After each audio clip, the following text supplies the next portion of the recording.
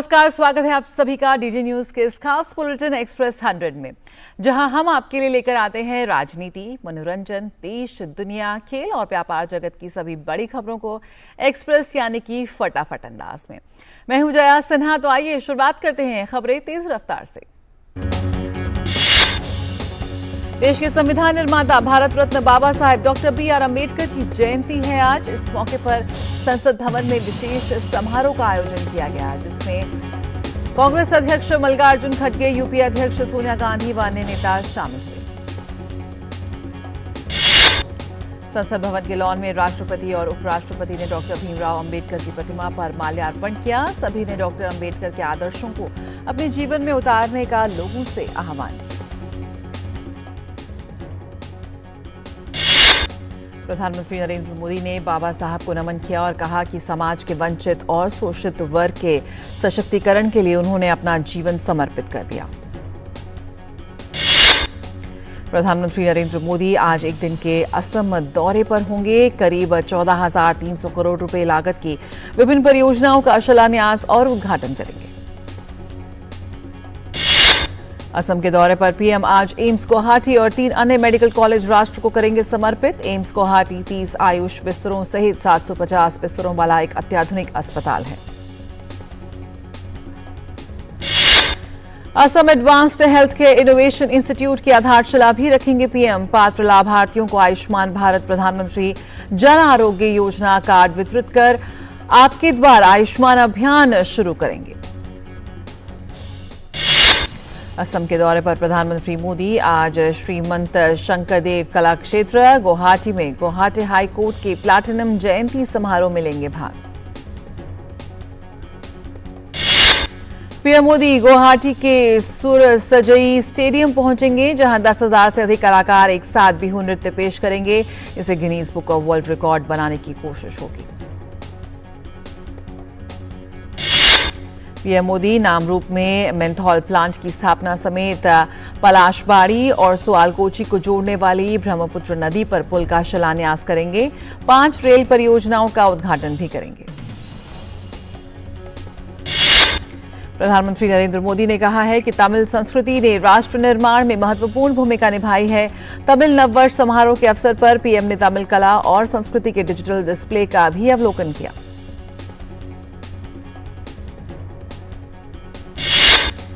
विदेश मंत्रालय ने जम्मू कश्मीर और लद्दाख में G20 बैठकों की भारत की मेजबानी पर पाकिस्तान की आलोचना का जवाब देते हुए कहा कि जम्मू कश्मीर और लद्दाख भारत का अभिन्न अंग है और यहां बैठकें करना देश के लिए स्वाभाविक है। भारतीय मिशन के खिलाफ लंदन में खालिस्तानी हिंसा पर विदेश मंत्रालय ने कहा कि भारत जमीनी कार्रवाई देखना चाहता है और ब्रिटेन और अन्य देशों से भारतीय ध्वज के साथ साथ उच्चायोग को नुकसान पहुंचाने वालों पर कार्रवाई करने का आग्रह कर रहा है। विदेश मंत्रालय की ओर से म्यांमार के सागैंग क्षेत्र में कम्बालू टाउनशिप के पास हिंसा पर जताई गई चिंता। कहा गया है कि भारत सभी पक्षों से हिंसा बंद करने और सभी मुद्दों के शांतिपूर्ण समाधान का आह्वान करता है। गृहमंत्री ने श्रीनगर में इस साल मई में होने वाली G20 की बैठक की तैयारियों की समीक्षा की और सभी संबंधित एजेंसियों को कार्यक्रम के सफल आयोजन के लिए समन्वित तरीके से काम करने के निर्देश दिए। गृहमंत्री अमित शाह ने जम्मू कश्मीर में सुरक्षा ग्रिड के कामकाज की विस्तृत समीक्षा की और सरकार के आतंकवाद के खिलाफ जीरो टॉलरेंस की नीति के प्रति अडिग संकल्प को दोहराया। केंद्रीय मंत्री अमित शाह आज पश्चिम बंगाल के दौरे पर रहेंगे। बीरभूम में पार्टी कार्यालय का शिलान्यास और रैली करेंगे। बीजेपी का दावा है कि ये रैली को ऐतिहासिक होगी। डॉक्टर भीमराव अम्बेडकर की जयंती पर रेल मंत्री अश्विनी वैष्णव दिल्ली से बाबा साहेब अम्बेडकर यात्रा भारत गौरव टूरिस्ट ट्रेन रवाना करेंगे। देखो अपना देश पहल के तहत ये ट्रेन अम्बेडकर के जीवन से जुड़े प्रमुख स्थलों को कवर करेगी।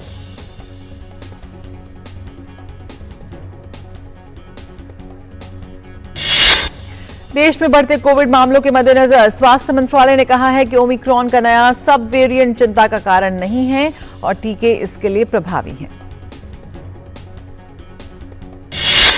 कर्नाटक में कोविड के बढ़ते मामलों की निगरानी के लिए आरटी-पीसीआर और आरएटी जांच को बढ़ाने पर जोर दिया गया है।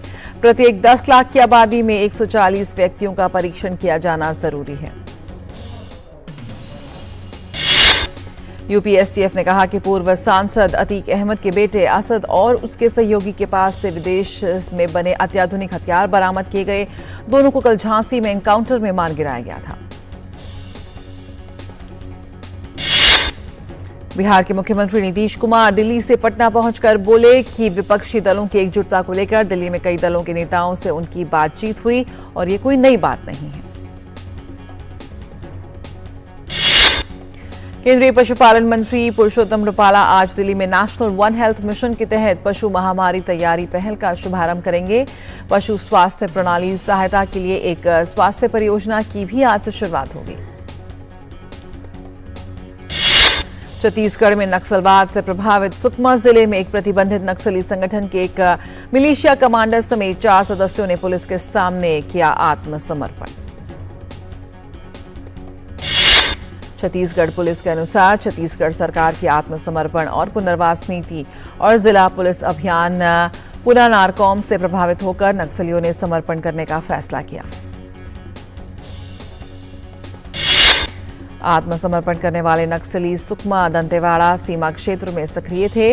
नक्सलियों के इस आत्मसमर्पण में सीआरपीएफ की 226वीं बटालियन के खुफिया शाखा ने महत्वपूर्ण भूमिका निभाई। सार्वजनिक संपत्ति को कथित तौर पर विकृत करने वाले के मामले में गोवा के पेरनेम पुलिस ने दिल्ली के मुख्यमंत्री अरविंद केजरीवाल को 27 अप्रैल को पूछताछ के लिए पेश होने का सम्मन जारी किया है। वाशिंगटन में जारी G20 वित्त मंत्रियों और केंद्रीय बैंक के गवर्नरों की दूसरी बैठक संपन्न हो गई है।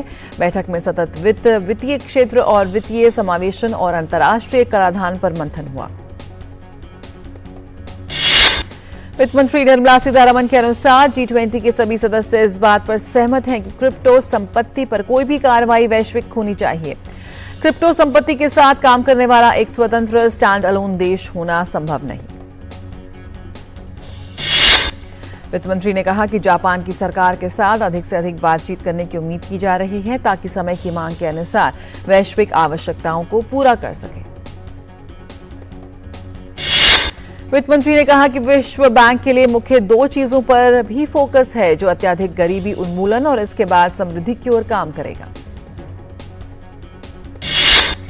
वित्त मंत्री निर्मला सीतारमण ने वॉशिंगटन में अंतर्राष्ट्रीय मुद्रा कोष और विश्व बैंक की बैठकों से अलग श्रीलंका ऋण मुद्दों पर एक उच्च स्तरीय कार्यक्रम में भाग लिया। वित्त मंत्री ने ऋण स्थिरता के लिए श्रीलंका को भारत का समर्थन व्यक्त किया। वॉशिंगटन में वित्त मंत्री ने जापान के वित्त मंत्री सुनिची सुजुकी से मुलाकात की और मई में जापान में होने वाली G7 शिखर सम्मेलन के लिए सुजुकी को शुभकामनाएं दी। विदेश मंत्री एस जयशंकर 3 दिवसीय यात्रा पर मोजाम्बिक में हैं। ये भारत के किसी विदेश मंत्री द्वारा मोजाम्बिक की पहली यात्रा है। विदेश मंत्री डॉक्टर एस जयशंकर ने मोजाम्बिक की राजधानी मापुटो में 132 किलोमीटर टीका-बुजी नोवा सोफाला रोड परियोजना के हिस्से के रूप में निर्मित बुजी ब्रिज का उद्घाटन किया। भारत मोजाम्बिक संबंधों की मजबूती की दिशा में यह अहम कदम है। विदेश मंत्री ने मापुटो में भारतीय समुदाय के प्रतिनिधियों से की मुलाकात। विदेश मंत्री ने कहा कि भारत आज न सिर्फ अपने लिए बल्कि ग्लोबल साउथ के लिए आवाज उठाता है। 2022 और 23 में भारत के रिकॉर्ड $770 बिलियन के निर्यात पर वाणिज्य मंत्री पीयूष गोयल ने कहा कि इसका श्रेय भारत के राजदूतों, आयोगों, निर्यात संवर्धन परिषदों और उद्योगों को जाता है। वाणिज्य मंत्री पीयूष गोयल ने कहा कि पूरी दुनिया को भारत से काफी उम्मीदें हैं। उन्होंने कहा कि दुनिया भर में पीएम मोदी द्वारा बनाए गए संबंधों ने लोगों का विश्वास जीता है। भारत इटली के सीईओ गोलमेज सम्मेलन का जिक्र करते हुए वाणिज्य मंत्री पीयूष गोयल ने कहा कि दोनों देशों के पास एक दूसरे के साथ साझा करने के लिए कई चीजें हैं और अगर वे सहयोग से काम करते हैं तो ये परस्पर लाभकारी होगा। अभ्यास ओरियन में भाग लेने के लिए भारतीय वायुसेना का दल आज फ्रांस के लिए होगा रवाना। ओरियन अभ्यास 17 अप्रैल से 5 मई तक फ्रांसीसी वायु और अंतरिक्ष सेना मोंट डे मार्सन के वायुसेना अड्डे पर आयोजित किया जा रहा है। भारतीय वायुसेना के लिए राफेल विमानों के लिए ओरियन पहला विदेशी अभ्यास होगा। अभ्यास ओरियन में Germany, Greece, Italy, Netherlands, Britain, Spain और अमेरिका की वायुसेनाएं भाग लेंगी। इंडियन एयरफोर्स के दल में 4 राफेल विमान, 2 C-17, 2 आईफेल समेत 78 विमान और 165 हवाई योद्धा शामिल होंगे। ओरियन में Germany, Greece, Italy, Netherlands, Britain, Spain और अमेरिका की वायुसेनाएं भाग लेंगी। बेंगलुरु में एसजे पार्क थाना पुलिस ने एक ऑटो से 1 करोड़ रुपए की नकदी बरामद की और 2 लोगों को गिरफ्तार किया। इनके पास से पैसे से जुड़े कोई दस्तावेज नहीं मिले हैं। आरएसएस प्रमुख मोहन भागवत अहमदाबाद में स्वयंसेवकों की एक सभा को संबोधित करेंगे। समाज शक्ति संगम नाम से हो रहे इस कार्यक्रम में करीब 15,000 स्वयंसेवकों के शामिल होने की उम्मीद है। 13 अप्रैल को मध्य प्रदेश में सबसे अधिक 43 डिग्री सेल्सियस तापमान राजगढ़ में दर्ज किया गया है, जो प्रदेश में इस सीजन का सबसे अधिक तापमान है। लगातार दूसरे दिन रहा ये शहर देश का सबसे गर्म शहर रहा। मौसम विशेषज्ञों की माने तो मध्य प्रदेश के ज्यादातर हिस्सों में अगले 2 दिन भी गर्मी के तेवर इसी तरह रहेंगे। इसके बाद 15 अप्रैल से एक बार फिर प्रदेश में कहीं कहीं बादल छा सकते हैं। मौसम विभाग के अनुसार बिहार, पश्चिम बंगाल, उड़ीसा और आंध्र प्रदेश में कल से लू के आसार दिखाई दे रहे हैं। उत्तर प्रदेश में भी पारा 42 डिग्री के पार जा सकता है। गोवा और महाराष्ट्र में अगले 5 दिन तक बारिश के आसार दिखाई दे रहे हैं। मौसम विभाग ने पूर्वानुमान में कहा कि राजस्थान और पंजाब में 16 और 17 तारीख को बारिश की संभावना है। पंजाब और हरियाणा समेत देश के तमाम हिस्सों में आज बैसाखी का त्योहार धूमधाम से मनाया जा रहा है। ये त्योहार कृषि पर्व के तौर पर मनाया जाता है। बैसाखी के मौके पर दिल्ली में गुरुद्वारा बंगला साहिब में श्रद्धालुओं ने अरदास की। बठिंडा में भी श्रद्धालु तलवंडी साबो के तख्त श्री दमदमा साहिब गुरुद्वारा पहुंचे। बैसाखी पर हरिद्वार सहित उत्तराखंड के सभी गंगा घाटों पर श्रद्धालुओं की भीड़ पहुंच रही है। यहां सुरक्षा के चाक चौबंद इंतजाम किए गए हैं।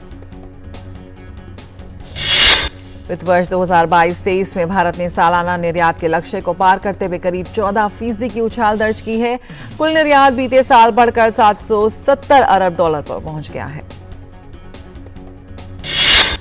दुनिया में प्रतिकूल हालातों के बावजूद भारत ने निर्यात में एक साल में $94 अरब ज्यादा निर्यात दर्ज किया है।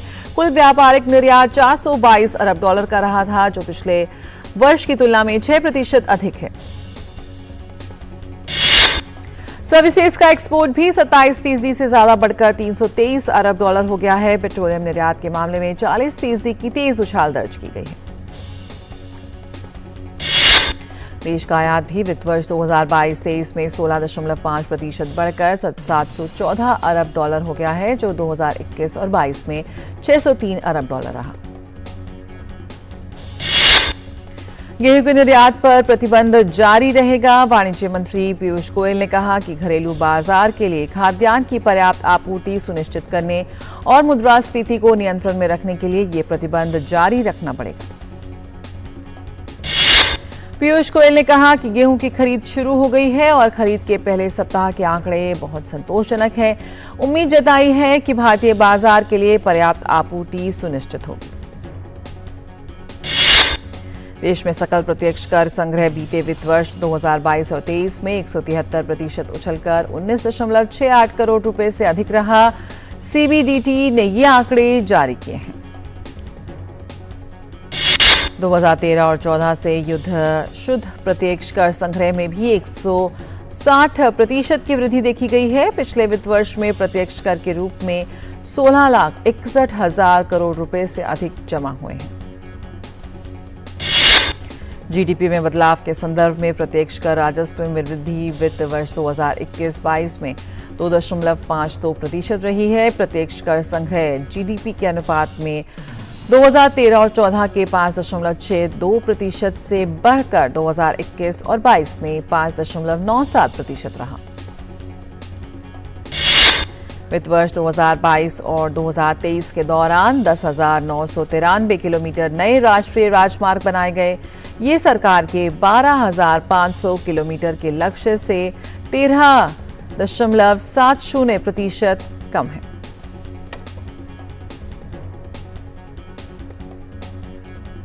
और यहाँ रुकेंगे एक छोटे से ब्रेक के लिए, जल्द हाजिर होते हैं। को जानना हो तो झूठ पर करना होता है प्रहार, हर बार बार बार।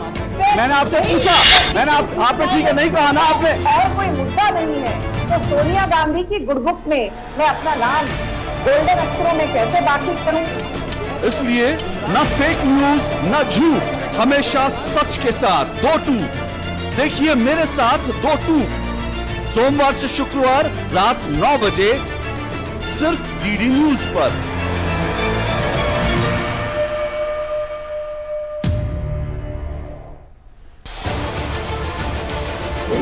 उत्तर से दक्षिण तक, पूर्व से पश्चिम तक, देश हो या दुनिया की खबर है तो पड़ताल जरूरी है।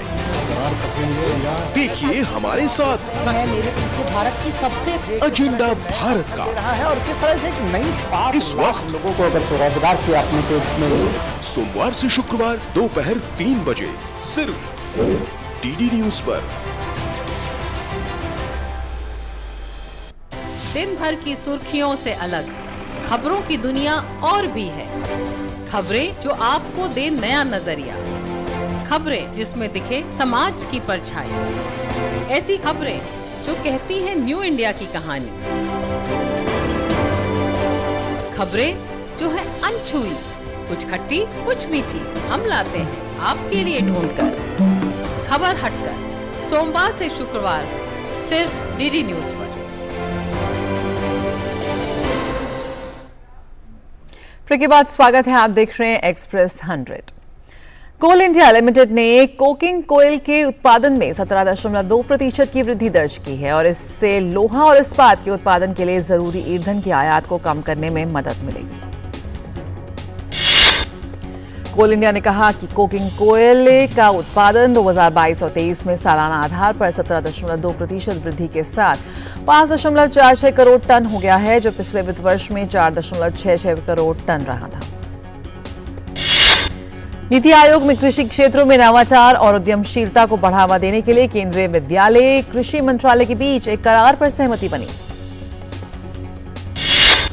अटल इनोवेशन मिशन के निदेशक ने कहा कि अटल टिंकरिंग लैब से 10,000 से अधिक विद्यालय जुड़े हैं। केंद्रीय विद्यालय के बच्चों के जुड़ जाने से कृषि क्षेत्र में नवाचार को और भी विस्तार मिलेगा। अमेरिकी मीडिया आउटलेट एनपीआर ट्विटर छोड़ने वाला पहला प्रमुख समाचार संगठन बन गया है। एलन मस्क ने इसे सरकारी वित्त पोषित संगठन कहा था। अमेरिका की एफबीआई ने पेंटागन के खास दस्तावेजों को लीक करने के संदेह में अमेरिकी एयर नेशनल गार्ड के सदस्य जैक टेक्सेरा को किया गिरफ्तार। जैक टेक्सेरा वो शख्स हैं जिन्हें एफबीआई ने पिछले दिनों हुए पेंटागन लीक का जिम्मेदार माना है। इस घटनाक्रम की वजह से अमेरिका के कई साथी देश उससे नाराज हैं और कई मिलिट्री सीक्रेट्स सामने आ गए हैं। जो डॉक्यूमेंट्स लीक हुए हैं उनमें यूक्रेन युद्ध से लेकर कई और अहम जानकारियां हैं, जिनकी वजह से अब बाइडेन प्रशासन को शर्मिंदगी का सामना करना पड़ रहा है। अमेरिकी अटॉर्नी जनरल ने कहा कि टेक्सेरा को अनाधिकृत निष्कासन और क्लासिफाइड राष्ट्रीय रक्षा सूचना की जानकारी देने के संबंध में गिरफ्तार किया गया है। पेंशन सुधारों के विरोध में फ्रांस में प्रदर्शन जारी है। हड़ताल के 12वें दिन पुलिस ने प्रदर्शनकारियों पर आंसू गैस के गोले दागे और कई लोगों को किया गिरफ्तार। फ्रांस के रेनेस शहर में पुलिस ने प्रदर्शनकारियों की भीड़ को तितर-बितर करने के लिए वाटर कैनन का किया इस्तेमाल। ब्राजील के राष्ट्रपति लुइस इनासियो लूला डा सिल्वा चीन के दौरे पर हैं। शंघाई में लूला डा सिल्वा ने चीनी कम्युनिस्ट पार्टी के महासचिव के साथ एक बैठक की और ब्राजील और चीन के बीच संबंधों के महत्व पर जोर दिया। राष्ट्रपति लूला डा सिल्वा आज बीजिंग में चीन के राष्ट्रपति शी जिनपिंग के साथ करेंगे मुलाकात। इस दौरान दोनों नेताओं के बीच अहम मसलों पर होगी बातचीत। घाना दुनिया का पहला ऐसा देश बन गया है जिसने ऑक्सफोर्ड यूनिवर्सिटी के एक नए मलेरिया वैक्सीन को मंजूरी दी है। इस वैक्सीन को 3 साल के कम उम्र बच्चों को लगाया जा सकता है। अभी तक ये स्पष्ट नहीं है कि घाना में ऑक्सफोर्ड का टीका कब लगाया जाएगा। ब्रिटिश दवा निर्माता कंपनी जीएसके की पहली मलेरिया वैक्सीन वॉक्सुरस को पिछले साल WHO ने स्वीकृति दी थी। बोलीविया के पत्रकार एक संभावित कानून के विरोध में सड़क पर उतर आए हैं। पत्रकारों का कहना है कि नए कानून से देश में प्रेस की आजादी छिन जाएगी। बोलीविया के पत्रकारों के अनुसार नई बिल में एक पैराग्राफ शामिल है जो नस्लवाद या भेदभाव को बढ़ावा देने के लिए मानी जाने वाली रिपोर्टिंग के खिलाफ कार्रवाई को निर्धारित करता है। कोलंबिया के पश्चिमी प्रांत वेलेडेल काका में पुल के ढहने के बाद घटनास्थल पर मौजूद 2 पुलिस अधिकारियों की मौत हो गई, वहीं 4 अन्य घायल हो गए। हादसे में कुछ वाहन भी बुरी तरह क्षतिग्रस्त हुए हैं और कई लोगों को चोटें भी आई हैं। खबरों के मुताबिक जीवित बचे लोगों के इलाज के लिए नजदीकी चिकित्सा केंद्रों में उन्हें ले जाया गया है। सूडान के लंबे समय से अशांत दारफुर क्षेत्र में हुए रक्तपात में 14 लोगों की मौत हो गई। अरब मोटरसाइकिल बंदूकधारियों द्वारा एक व्यापारी की हत्या किए जाने के बाद पश्चिम दारफुर प्रांत में संघर्ष शुरू हुआ था।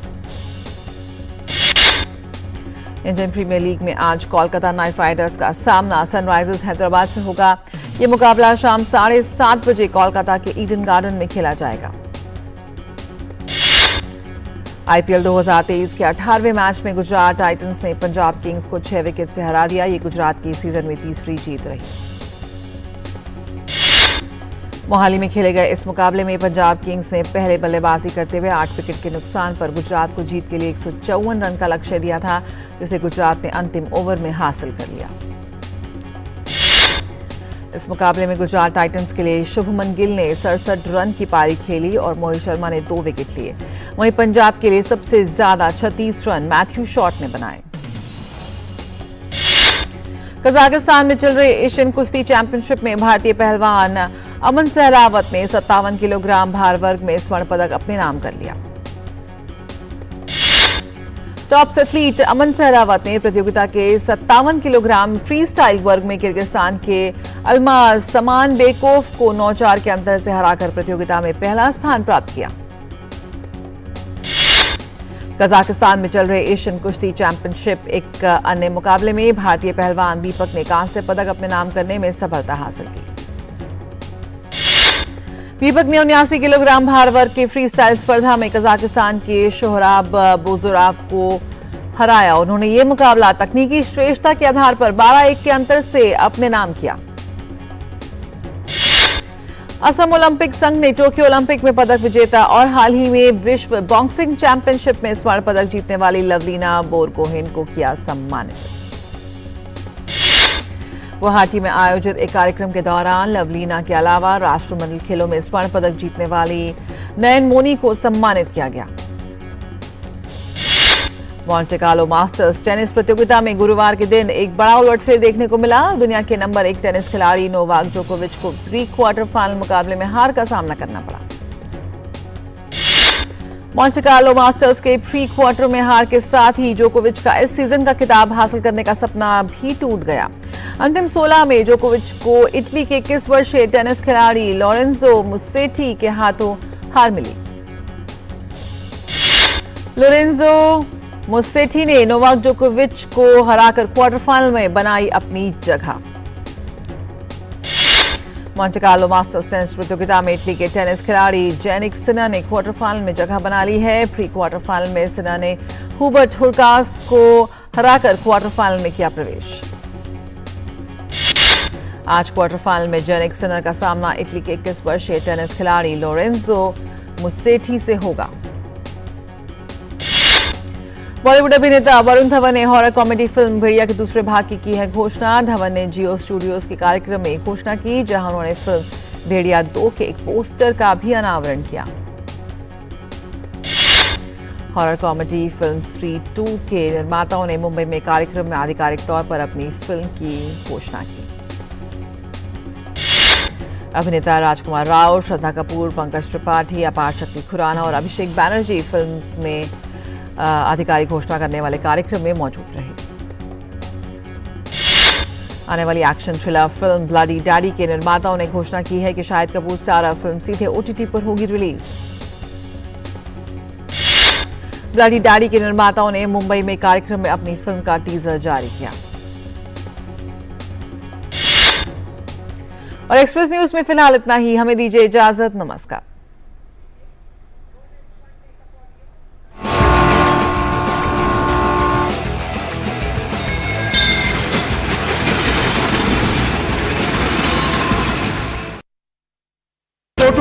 है मैं वो सोच के कोई फैक्ट चेकर नहीं चाहता है कि राज मुसलमान आज हो सवाल है आसान नहीं होता।